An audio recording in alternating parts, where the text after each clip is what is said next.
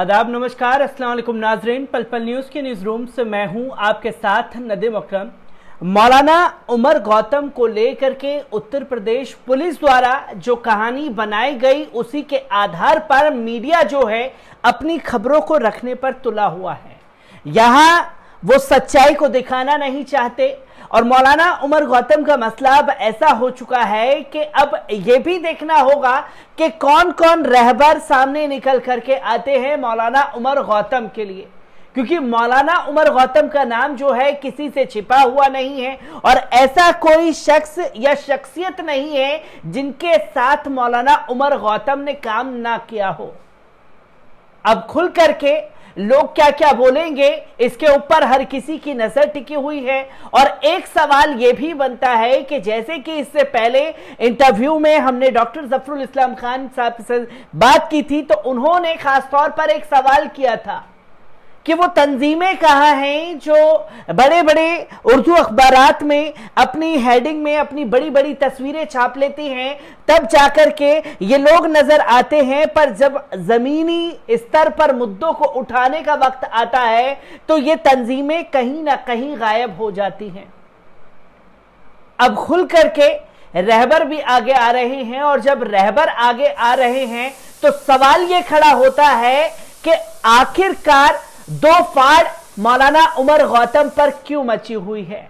खुल करके समर्थन मौलाना उमर गौतम को क्यों देने से कतरा रहे हैं तमाम लोग। एक सवाल यह भी खड़ा हो रहा है, जमीयत उलमाए हिंद क्या स्टेप उठा रही है मौलाना उमर गौतम को लेकर के, इसके ऊपर भी बात की जाएगी। मौलाना कल्बे जब्बात का क्या बयान सामने आया है इसे भी आप लोगों के सामने रखूंगा। पर हैरानगी लोगों को ज्यादा हुई मौलाना बदरुद्दीन अजमल के बयान को लेकर के। मौलाना बदरुद्दीन अजमल के बयान ने कहीं ना कहीं इन संघी मीडिया को और मानो के हवा दे दी कि जिसके चलते मौलाना उमर गौतम को और शिकंजा कस सकती है उत्तर प्रदेश की पुलिस। इन तमाम पहलुओं पर बात की जाएगी, पर सबसे पहले आपको बता दें कि आज एक लेटर मौलाना बदरुद्दीन अजमल की तरफ से अपने सोशल मीडिया प्लेटफॉर्म पर वायरल किया गया, जिसमें उन्होंने मौलाना उमर गौतम को लेकर के कई बातें लिखी हैं। उन्होंने कहा कि धर्मांतरण मामले में गिरफ्तार किए गए डॉक्टर उमर गौतम और मुफ्ती जहांगीर का नाम लोकसभा सांसद मौलाना बदरुद्दीन अजमल के साथ घसीटा जा रहा है, जिसे all India Assam United democratic front यानी कि AIUDF के राष्ट्रीय अध्यक्ष ने खारिज कर दिया है।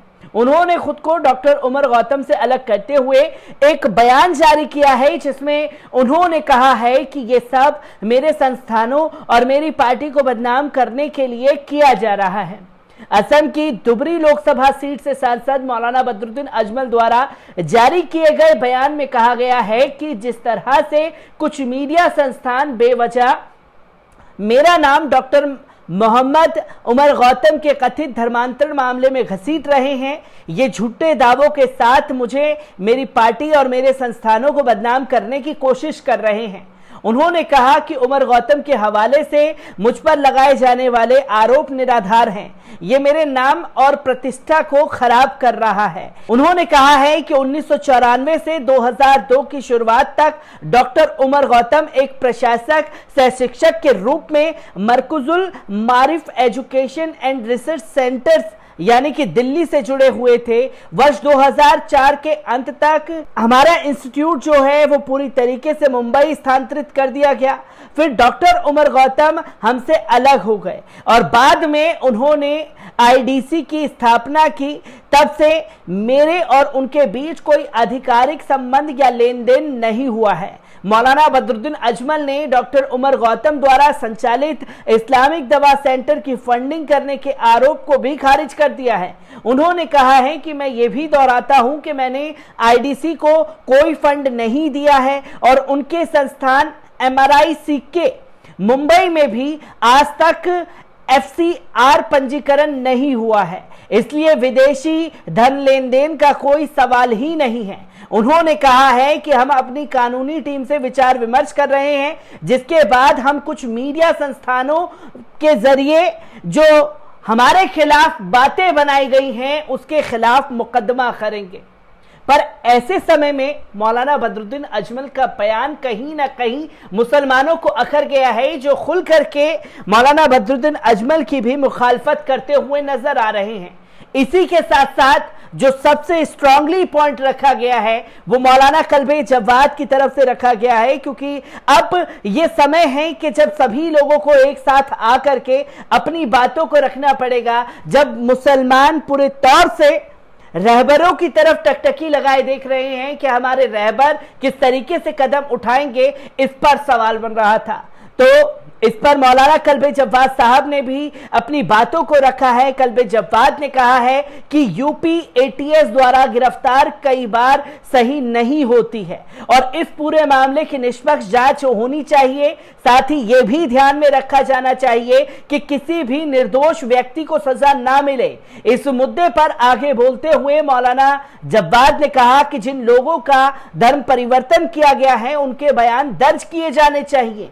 क्या उन्हें वास्तव में इस्लाम में परिवर्तित होने के लिए मजबूर किया गया था या क्या उनके स्वेच्छा से अपना धर्म परिवर्तित किया गया था? यदि कोई व्यक्ति स्वेच्छा से अपना धर्म परिवर्तन करता है तो उसे भारतीय संविधान में दोषी नहीं ठहराया जा सकता है, क्योंकि भारतीय संविधान के अनुसार ही प्रत्येक धर्म को अपने धर्म को बढ़ावा देने का अधिकार है, चाहे वे हिंदू धर्म हो, मुस्लिम धर्म हो, ईसाई धर्म हो या सिख धर्म हो। तमाम धर्मों को अपने प्रचार करने की आजादी है।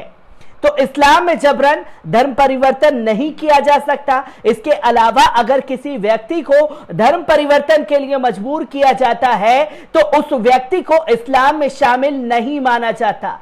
उन्होंने विदेशी फंडिंग के मुद्दे पर मौलाना कल्बे जव्वाद ने कहा कि अगर विदेशों से फंडिंग हो रही है तो ये एजेंसियों की ओर से विफलता है। अगर एजेंसियां कहती हैं कि विदेशी फंडिंग की जा रही है और इसलिए धर्म परिवर्तन किया जा रहा है तो उन्हें यह साबित करना चाहिए कि उन्हें बताना चाहिए कि पैसा किन देशों से आ रहा था और कैसे पैसा कब तक आ रहा था और जांच एजेंसियों को इसकी भनक तक क्यों नहीं लगी। सुरक्षा के लिहाज से ये एक बड़ी चूक जो है, जो कि ऐसा हुआ नहीं है, यह खुद एजेंसियों की बड़ी नाकामी है। अगर ऐसा हुआ है तो क्वेश्चन मार्क के साथ मौलाना कल्बे जव्वाद ने अपनी इस बात को रखा है। इससे पहले यूपी एटीएस ने 2 मौलवियों पर लोगों को डरा करके प्रलोभन धर्मांतरण करने का आरोप लगाते हुए गिरफ्तार किया था। पूछताछ में पुलिस ने पाया कि गौतम ने खुद इस्लाम कबूल किया था। तमाम बातें जो हैं मीडिया के जरिए सामने आ रही हैं, जो कि मुसलमानों को बदनाम करने के लिए एक प्रोपागेंडा रचा जा रहा है, जिसमें संघी मीडिया और ये संघी सरकार प्रचार प्रसार कर सके अपनी आने वाले चुनावों का। तो मौलाना कल्बे जव्वाद का स्ट्रांगली पॉइंट आने के साथ साथ मौलाना उमर गौतम के परिवार को एक जरूर यकीनन एक बड़ा सपोर्ट मिलेगा जो बयान मौलाना कल्बे जव्वाद के जरिए सामने आया है। पर इसी के साथ साथ जमीयत उलमाए हिंद की भूमिका पर भी सवाल उठ रहे थे कि जमीयत उलमाए हिंद इस पूरे मुद्दे को लेकर के क्या कर रही है। जैसे कि कल ही जमीयत उलमाए हिंद के सचिव महासचिव मौलाना महमूद मदनी साहब की तरफ से यह ऐलान कर दिया गया था कि मौलाना उमर गौतम के केस को पूरी तरीके से जो है वो जमीयत दमखम के साथ लड़ेगी। जमीयत उलमाए हिंद की तरफ से मीडिया को भी एडवाइजरी जारी हुई है। जमीयत उलमाए हिंद के राष्ट्रीय अध्यक्ष मौलाना महमूद मदनी की ओर से जारी बयान में कहा गया है कि जिस तरह से मौलाना उमर गौतम और अन्य को जबरन धर्म परिवर्तन के आरोप में गिरफ्तार किया गया है, जिस तरह से मीडिया उन्हें प्रस्तुत कर रहा है, वे निंदनीय हैं। उन्होंने कहा कि अल्पसंख्यकों और कमजोर वर्गों के मामले में मीडिया द्वारा न्यायाधीश बनना और उन्हें अपराधों के रूप में पेश करना आम हो गया है।